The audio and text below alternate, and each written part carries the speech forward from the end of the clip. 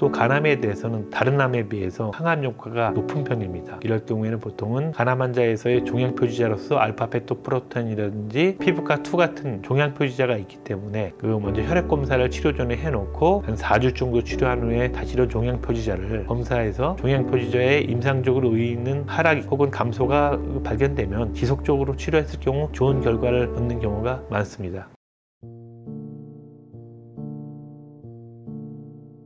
안녕하십니까, 럭셀레카 한의원 원장 김홍수입니다. 네, 안녕하세요 원장님. 저희 환자분들 중에서 이제 간암 환자분들이 참 많은데 간암 환자분들이 궁금해하시는 점을 저희가 좀 모아봤습니다.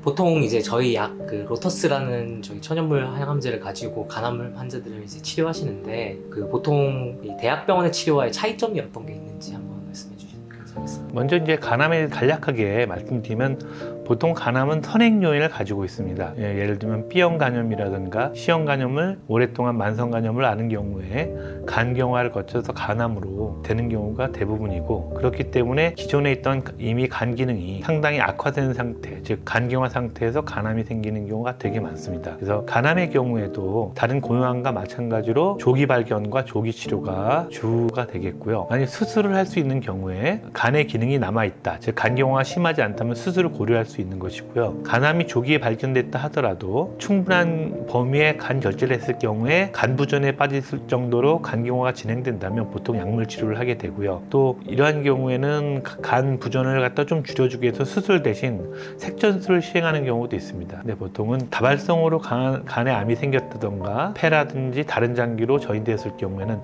전신적 화학요법을 하게 됩니다. 과거에는 간암에 있을 경우에 전신적 화학요법으로서 독성항암제를 사용했는데 간의 기능이 약한 경우가 많기 때문에 이런 독성항암제의 부작용을 견디지 못해서 치료에 실패한 경우가 많았습니다. 그래서 최근에는 표적항암제로서 넥사바나 스티바가 같은 약물을 많이 처방하고 있고요. 넥사바나 스티바 같은 약물들은 표적항암제로서 부작용이 상당히 많습니다. 전신적인 쇠약감이라든가 설사, 손발의 발진과 까짐 같은 것들이 있고, 실제로 이런 표적항암제들이 항암 반응이 그렇게 오래 지속되지 않을 뿐만 아니라 실제적으로 생명 연장 효과가 그렇게 우리가 기대하는 것만큼 높지 않기 때문에 최근에는 표적항암제 대신에 면역항암제, 임핀지 같은 약들을 많이 사용하고 있는데도 불구하고 아직까지는 간암에 있을 경우에는 이런 전신적인 항암요법이 굉장히 못 미치는 면이 많은 것이 사실입니다. 저희 로터스는 명나라 시대 이천이 지은 의학인문에 나온 옥추단이란 약의 현대적 영감을 받아서 재해석한 약인데요. 원래 옥추단 자체가 간의 기능을 보호하고 해독작용을 하는 약에서 출발한 것입니다. 동의보감에서는 이것을 자금정 혹은 만병해독단이라고 불리는데, 잘못된 섭생으로 인한 독을 갖다가 해독하는 그런 약이기 때문에 간암 환자에 있어서 깔려있는 간경변이라든가 아니면 간 기능 저하에 대해서 큰 부담 없이 사용할 수 있고요. 또 간암에 대해서는 다른 암에 비해서 항암 효과가 높은 편입니다. 이럴 경우에는 보통은 간암 환자에서의 종양 표지자로서 알파 페토프로테인이라든지 피부과2 같은 종양 표지자가 있기 때문에 먼저 혈액 검사를 치료 전에 해놓고 한 4주 정도 치료한 후에 다시 이런 종양 표지자를 검사해서 종양 표지자에 임상적으로 의의 있는 하락 혹은 감소가 발견되면 지속적으로 치료했을 경우 좋은 결과를 얻는 경우가 많습니다.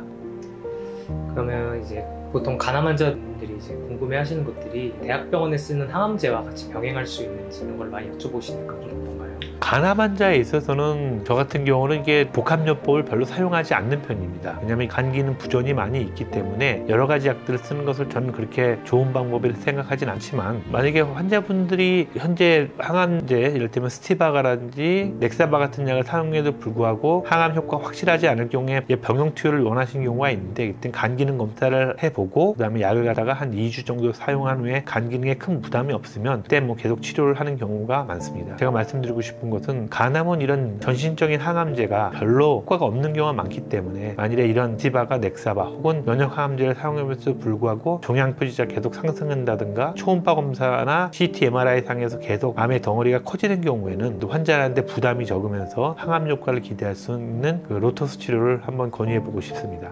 보통 이제 간암과 다른 암의 큰 차이라면 어떤 게 있을까요?